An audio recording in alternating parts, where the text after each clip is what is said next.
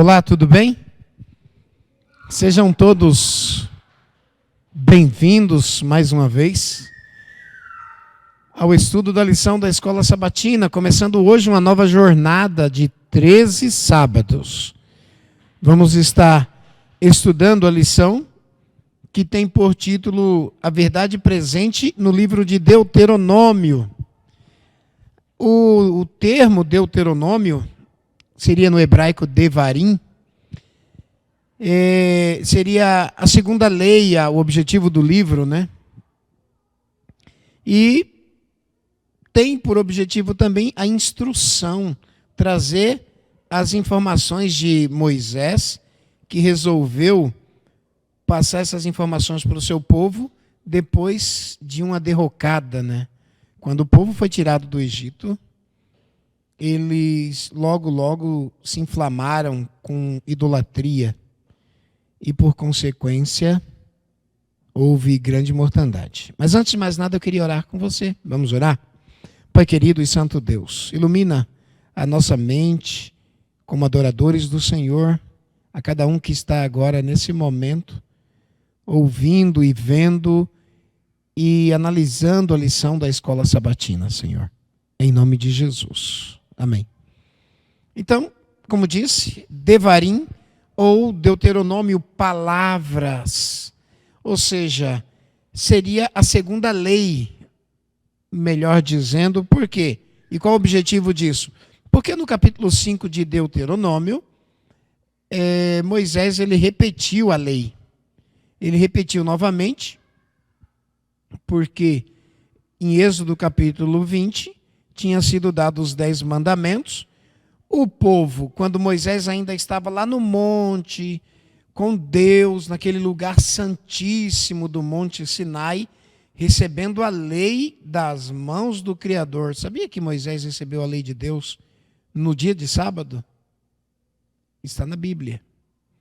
E quando ele recebeu, que desceu, Deus disse: vai lá, Moisés, porque o teu povo, esse teu povo que tu tiraste do Egito, eles estão fazendo um carnaval lá embaixo. Vai lá ver.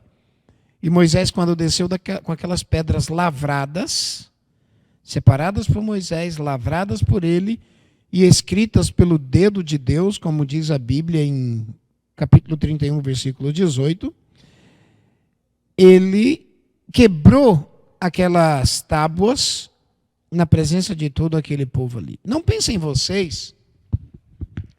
Às vezes a mídia, os filmes apresentam as tábuas dos 10 mandamentos como sendo grandes, né? Mas não. Eram mais ou menos do tamanho dessa lição da Escola Sabatina, um pouco menor. Tábuas pequenas, não eram tábuas grandes. Para você ter ideia, ela tinha que caber numa arca que tinha 45 centímetros de largura. Entende? Ela ficaria ali dentro de pé, colocada junto com o maná e a vara de Arão que floresceu. Então eram pequenas e o hebraico não se gasta tantas palavras como na língua portuguesa. Então, os 10 mandamentos, o decálogo, né? Decalogos do grego, quer dizer, as 10 palavras de Deus, que ali foi escrito, Moisés os quebrou porque o povo estava em transgressão. E aí eles blasfemaram, disseram assim: olha, você veio aqui, nos tirou de lá para matar a nós e aos nossos filhos, né? Os nossos filhos passando aqui por aflição, sofrendo a sorte de morrer nesse deserto causticante aqui. E falaram muitas coisas. E Deus indignou-se e disse assim: é assim então? Vocês, de 20 anos para cima, ninguém vai entrar. Somente aqueles de 20 anos para baixo. Esses que vocês disseram que eu tirei de lá para matar no deserto. Eles vão entrar. E então, na primeira leva, morreu todo aquele povo, só entrando Josué e Caleb, como é a promessa. Josué, filho de Num, Caleb e Josué, de Jefoné. E eles entraram.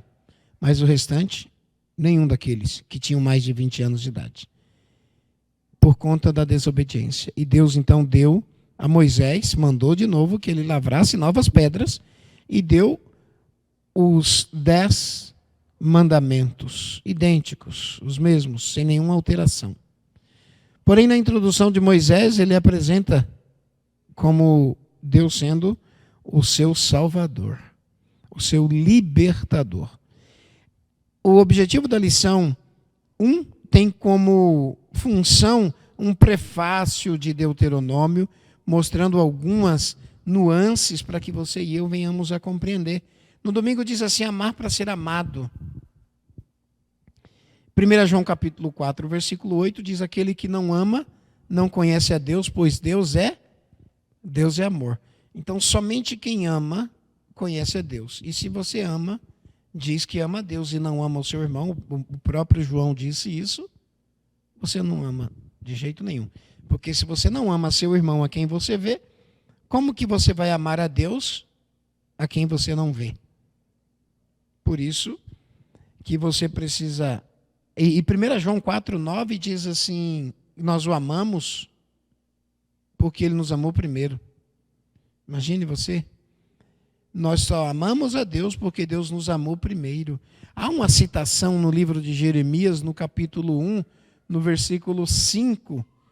Deus diz a Jeremias: Jeremias, antes de você nascer, antes de você ser formado no ventre da tua mãe, eu já te conhecia. Eu já tinha escolhido você para ser profeta entre as nações. É esse o contexto. Quando você vai no Salmo 139, Davi ali no verso 4, verso 5, verso 10, verso 14, verso 16, e todo aquele capítulo mostrando a onisciência, a onipresença, a onipotência divina, ele diz assim: olha, o teu ser era uma substância ainda informe, e você ali, com aquela substância, sem ser formado ainda, Deus já te conhecia. Então não tem como fugir dele, não tem como fugir desse amor de Deus.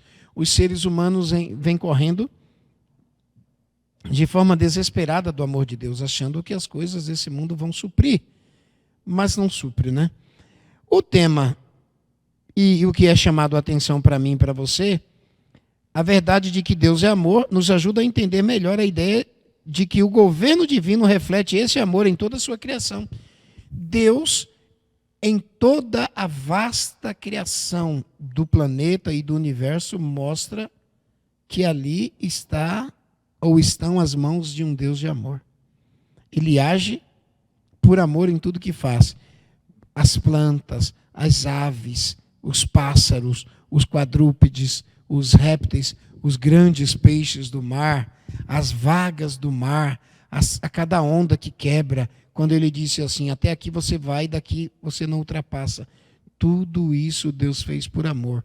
A terra que você joga semente ao solo e ela te dá o alimento, prova que Deus é amor. A chuva que cai sobre quem é bom e sobre quem é mau, mostra que é um Deus amoroso. Um Deus que se compadece de mim, de você. Em Jeremias, no livro Lamentações de Jeremias, claro, capítulo 3, verso 22 e 23, diz assim: as misericórdias do Senhor são a causa de eu e você não sermos consumidos e que elas se renovam a cada manhã. Por que a Bíblia diz que as misericórdias dele se renovam a cada manhã? Porque cada manhã, cada dia que você desperta é uma miniatura da eternidade. Cada dia que você acorda é uma miniatura de toda a sua vida nesse planeta. Aquele um dia que você vai viver é o resumo de todos os dias de vida seu aqui no planeta Terra. E ele está dizendo assim: eu tenho misericórdia para você durante todos os dias da tua vida.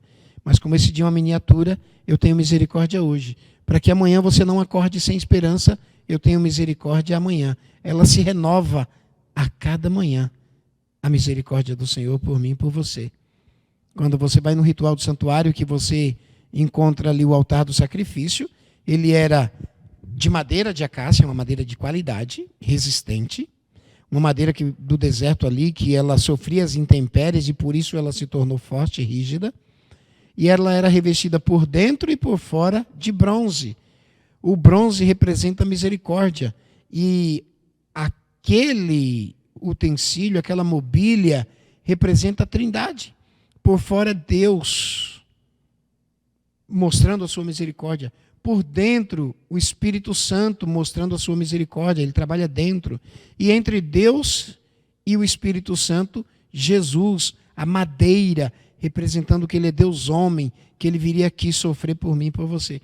E Deuteronômio, ele vai trazer algumas informações dessa natureza. Esse Deus de amor em cada ato. Tudo no santuário foi citado por Deus para representar 100% a pessoa de Cristo Jesus. As colunas de bronze que havia em torno do santuário, elas eram sustentadas por uma base de prata. Romanos capítulo 3 diz que a prata representa a redenção de Cristo Jesus. O bronze, a misericórdia. O branco, a justiça de Cristo. E é isso que nós vamos estar aprendendo durante todo o discorrer dessa semana, desse trimestre. Lembrando que o tema central é a verdade presente no livro de Deuteronômio. O que é verdade presente? Qual que era a verdade presente? Eu já citei numa das lições passadas aqui. A verdade presente é aquela que, para a sua época, por seu tempo, ela é de vital importância, ela é salvífica, ela importa em salvação para aqueles que estão vivendo naqueles dias. E a verdade presente no livro de Deuteronômio, ali nós vamos tratar dos selos, das alianças, desse pacto que Deus fez com o seu povo ali. Então, aqui tem uma descrição acerca de Estevão, em Atos capítulo 7, e a Israel caberia difundir o nome de Deus no mundo. Ao povo de Israel foi dada a eles a incumbência de fazer conhecer o nome de Deus àquelas nações circunvizinhas que tinham ali. Mas deixa eu dizer uma coisa para você. Os israelitas, Deus, a religião judaica, ela é monoteísta, é crer num único Deus. Mas nem todos os judeus eram monoteístas. Eles eram, ou praticavam a monolatria, ou o enoteísmo. É a crença, sabe, que só existe um Deus puro e verdadeiro, o Criador de todas as coisas, mas não abre mão da crença em outras, entre aspas, divindades, em imagens de esculturas, em cultos místicos, como se praticou durante muito tempo. E, devido a isso, enquanto Moisés estava no monte, ali com Deus, recebendo as instruções, estava o povo de Deus lá embaixo, adorando um bezerro, adorando um animal. Quando você vai em Romanos, capítulo 1, verso 20 a 25, você vai ver ali que eles deixaram a imagem do Deus invisível por coisas corruptíveis, como de aves, de répteis, de quadrúpedes, e iriam receber a recompensa daquilo que eles adoravam, né? Aqui, nessa introdução ainda de Deuteronômio, nós vimos acerca deste amor. Quando você oferece amor, você recebe ele em troca. Temos a queda e o dilúvio, né? Nós conhecemos muito bem a questão da queda. A citação ali de Isaac Newton, não se sabe ao certo se de fato caiu uma maçã na cabeça de Isaac Newton, e a partir disso que ele pensou na teoria da lei da gravidade, mas isso não foi o ponto forte de Newton, todos sabem, da lei de Newton, né? Porém, essas leis fixas já foram criadas pelo Criador. Os homens foram descobrindo à medida que aqui viveram. Mas a mensagem central de Newton era Daniel e Apocalipse. Ele gostava de projetar o povo para as coisas que realmente interessam. Ele falou mais de profecia do que das leis de física. Em Gênesis, no capítulo 2, na pergunta 2 aqui, diz assim, como esses versos sobre seres perfeitos em um ambiente perfeito, criado pelo Deus perfeito, revelam a poderosa verdade sobre a liberdade inerente ao amor. Veja bem, o homem foi criado com livre-arbítrio, todos eram perfeitos, mas eles tinham a ciência, a capacidade de negar ou de aceitar a existência de Deus, de obedecer ou de desobedecer. Por quê? Porque esses seres criados por Deus, eles tinham o arbítrio ou o poder de decisão livre. Eles não estavam presos a uma predestinação, como é ensinado no calvinismo pelo mundo afora.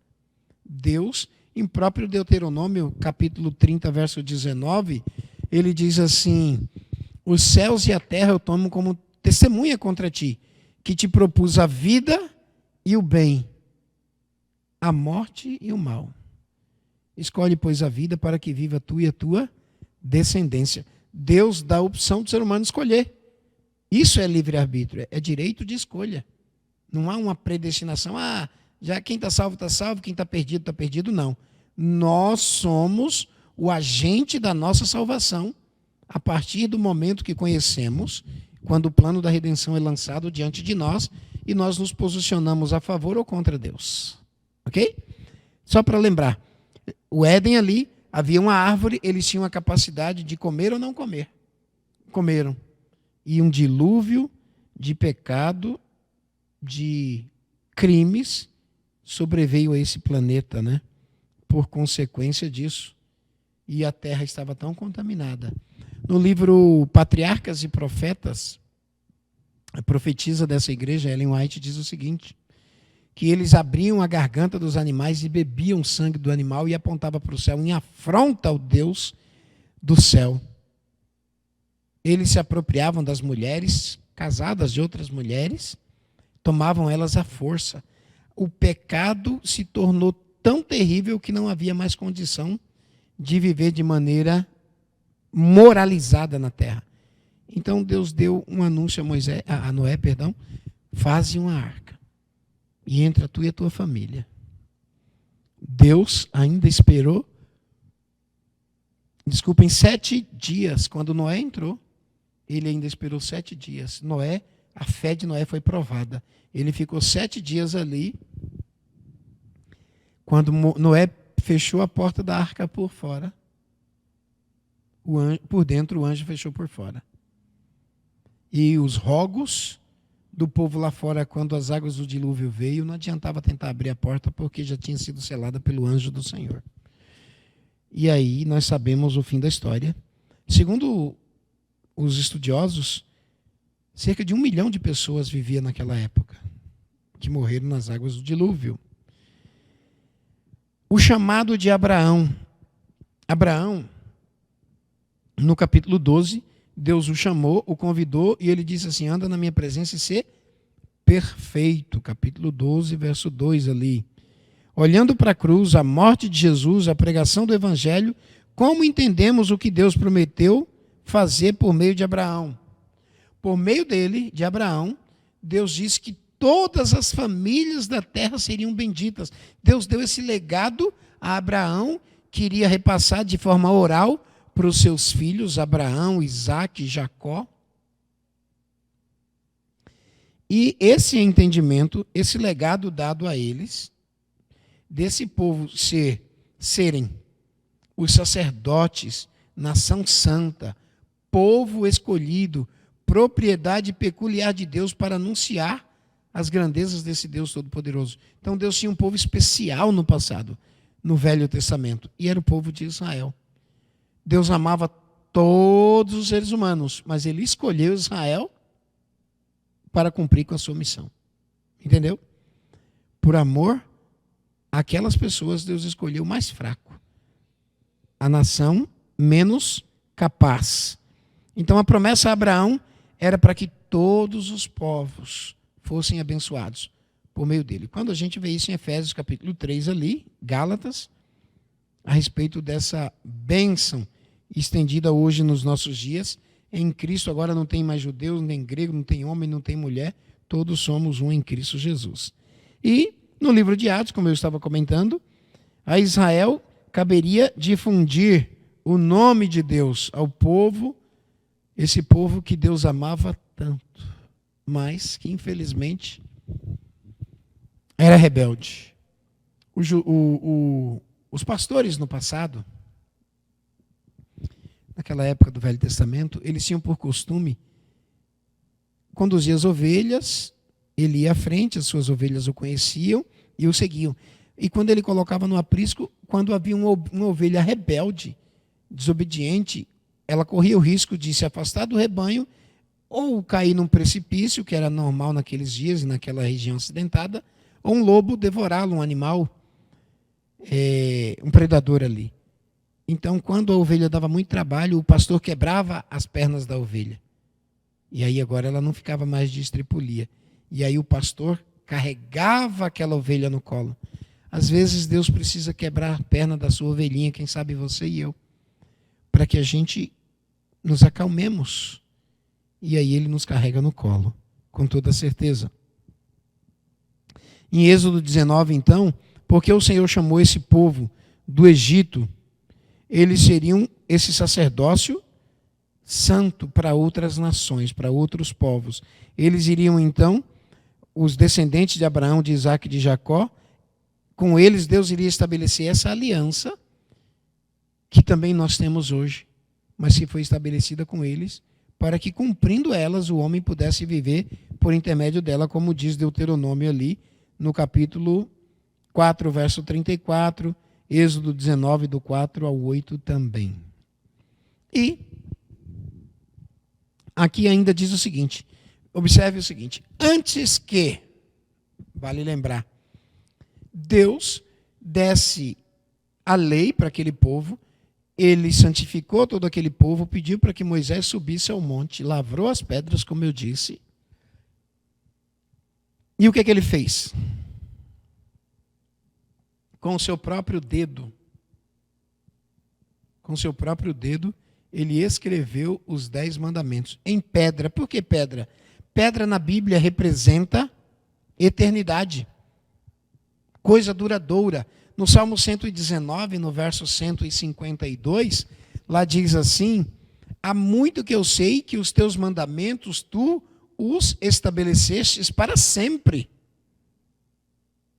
No Salmo 119, verso 130, diz que a revelação das tuas palavras ali é da tua lei, dos teus 10 mandamentos, esclarece e dá entendimento às pessoas mais simples.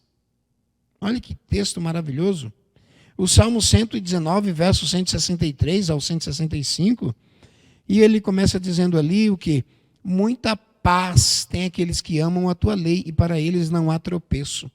É isso que nós vamos ver no livro de Deuteronômio, essas palavras, essa segunda lei que foi dada àquele povo 40 anos depois, porque no princípio Deus deu a lei ali no Sinai, mas esse povo foi se afastando, aí Moisés quebrou, ele lavrou novas pedras, mas aí então Moisés deu de novo. E como o assunto aqui vai envolver a Torá, o Pentateuco, os 5 livros ali de Moisés, nós vamos entender alguns conceitos ao todo da Torá, ou do Pentateuco, Gênesis, Êxodo, Levítico, Números e Deuteronômio, são 613 leis. 613 leis. Nós temos leis negativas e leis positivas. Positivas, o homem estabelecendo, cumprindo, obedecendo, ele viveria por elas, e nenhum mal lhe sucederia. E as negativas transgredindo, as consequências viriam sobre esse povo e sobre essa nação. E, por fim, aqui, ainda na quinta-feira, apostasia e punição. O que é apostasia? No grego, o sentido da palavra, da semântica dela, é apostases, né? Ser levado como um barco, que se ele não ficar ancorado, amarrado no cais, o vento o leva para longe. Se não amarrar o barco, ele leva. E a ideia de apostasia é essa, ser levado para longe. Uma vez eu preguei, e eu estava explicando o termo da apostasia, como que Satanás faz as pessoas se apostatarem. Ele põe a mão no ombro daquela pessoa e começa a colocar conceitos, teorias, faz a pessoa deixar de ler a Bíblia, de orar, de estudar a lição, de frequentar os cultos. Aí ela vai ficando com aquela mornidão, com aquela frieza espiritual, e ele vai afastando ela da cruz. Quando ela já está bem longe, o próprio Satanás diz assim, olha para trás, está vendo a cruz? Já está muito longe, não tem mais jeito. E aí as pessoas se afastam. Então a apostasia, a ideia é essa, é ser levado para longe do Senhor. Por isso que Jesus, o convite dele em Mateus capítulo 11 é: vinde a mim, venham para perto de mim, vinde a mim. A Denise pregando, ela disse o seguinte na quarta-feira: que Jesus nunca foi surpreendido na cama pelo sol. Nunca o sol nasceu e encontrou Jesus dormindo. Antes do sol nascer, Jesus já estava, Marcos capítulo 1 diz isso, já estava ali orando. Do 35 ao 43 você vai ver quais eram as práticas de Cristo, e a oração era o principal. Quer se manter firme, não quer apostatar. Jeremias capítulo 15, verso 16 diz assim: achadas as tuas palavras, logo eu as comi, e as tuas palavras foram para mim gozo e alegria no meu coração, ó Senhor, pois pelo teu nome eu sou chamado. Então, não quer correr o risco de sofrer apostasia? Não deixe de ler, não deixe de orar. A própria instrução de Josué, no capítulo 1, do 7 ao 9, ali, para o povo, quando ele substituiu a Moisés, quando Moisés foi até o Monte Nebo, e ali morreu e foi sepultado pelo próprio Senhor Jesus Cristo, agora Josué recebeu de Moisés a instrução: olha, tenha ânimo, esforça-te, que a palavra, a lei não saia da tua boca, porque tu farás esse povo entrar na Canaã, né?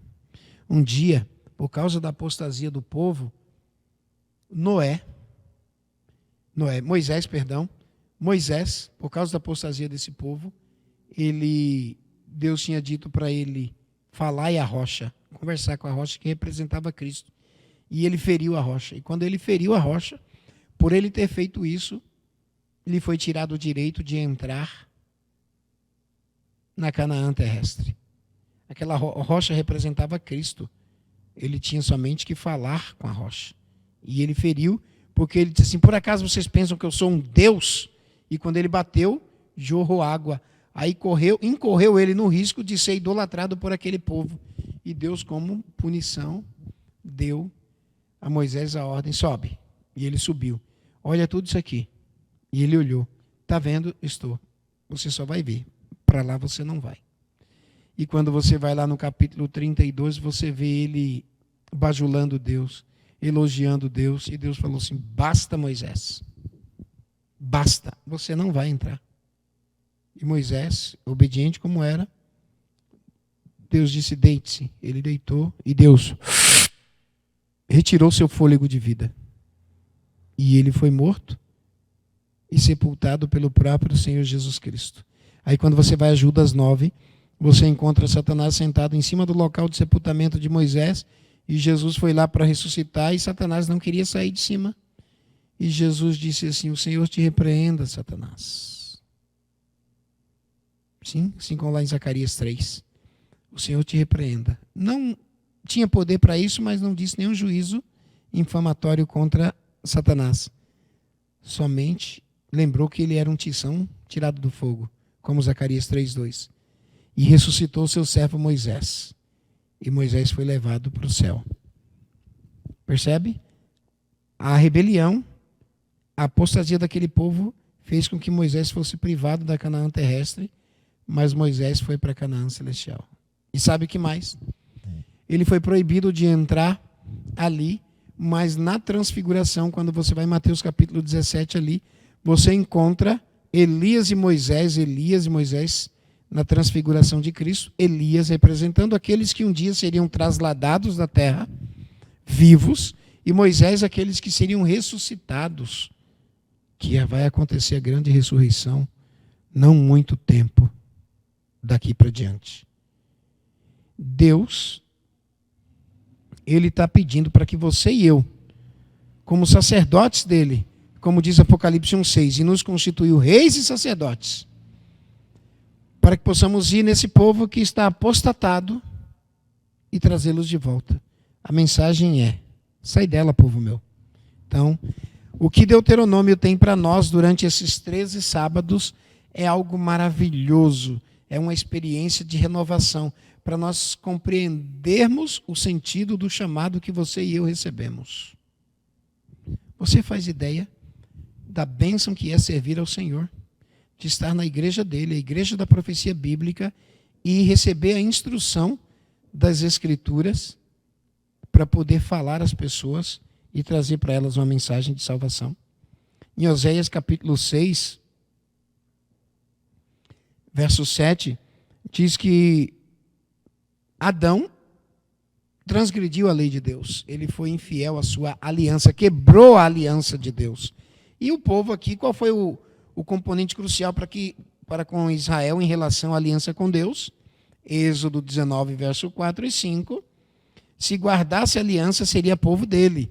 Se não guarda, é tirado dele e dado a outro, como aconteceu com o cristianismo. O judaísmo estava fadando, rejeitaram. Jesus contou uma parábola em Mateus 22 ali. Pegaram os servos, a uns mataram, a outros espancaram. Quando veio o filho, mataram o filho. E Jesus perguntou: o que vocês acham que vai acontecer com eles? Sofrerá terrivelmente.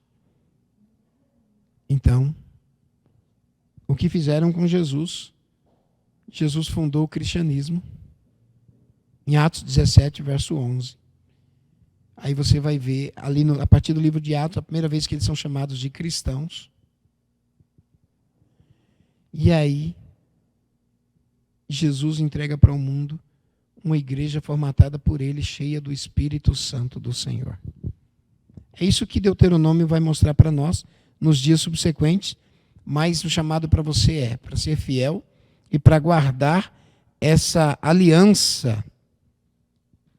Lembrando que a punição para aqueles que se apostataram foi o quê? Lembram-se vocês que foram 12 espias levados para espiar a terra e eles viram um cacho de uva tão grande, mas tão grande, que precisava de 2 homens para carregar. Não é que era a uva grande, era o cacho que era grande. 2 homens para carregar. Os homens eram gigantes, tinham aproximadamente 4 metros de estatura. Aqueles homens daquelas terras de Canaã. Você vê Og, rei de Bazã, por exemplo. A cama dele era de ferro e tinha 4,5 metros de comprimento para caber ele ali. Imagine você.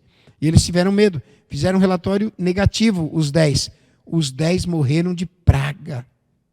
Os outros 2, Josué e Caleb, foram preservados.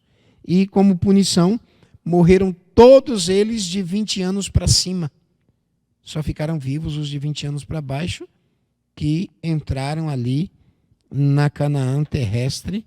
Você encontra a Bíblia desdobrando esse tema de forma majestosa e maravilhosa. Queridos, deixa eu fazer só uma aplicação para mim e para você. O amor de Deus, quando ele é devidamente compreendido, diz aqui, ele está no centro desse grande conflito cósmico. Você e eu vivemos num grande conflito. Todos nós que nascemos nesse mundo, já nascemos no centro do conflito.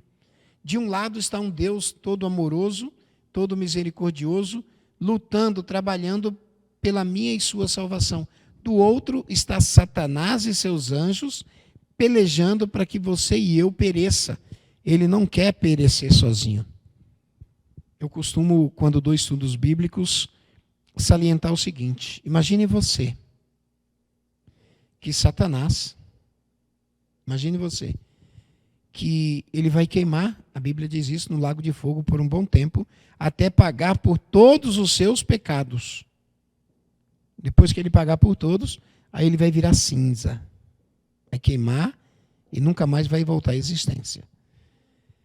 Agora, cada vez que um pecador aceita Jesus, o pecado daquele pecador é lançado sobre Satanás. 1 pessoa, 10 pessoas, 100 pessoas, 1000 pessoas.